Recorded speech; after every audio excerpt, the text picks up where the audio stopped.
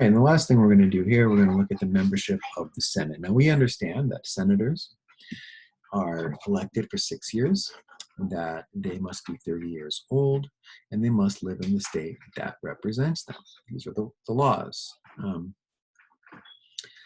And they divide it up so that each 2 years, there's either 33, 33, or 34 Senate seats up for election. And in that way, you're not getting 100 new members in, 100 new members who sit for 6 years, and 100 new members out. But there's always kind of a rotation, although each member will sit for their full 6 years.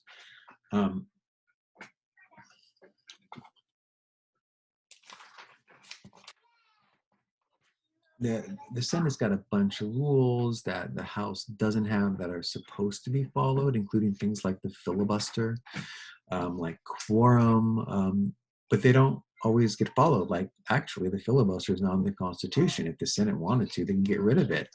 In fact, the Senate got rid of the filibuster on Supreme Court nominations over the last 4 years.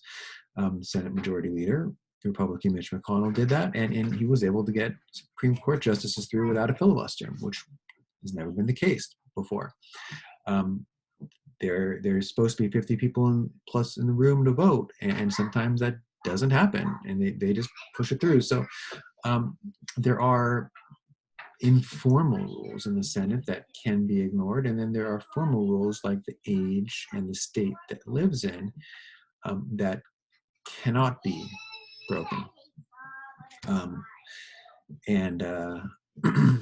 Well, we know that right now they just called the race in North Carolina for the Republican Thom Tillis.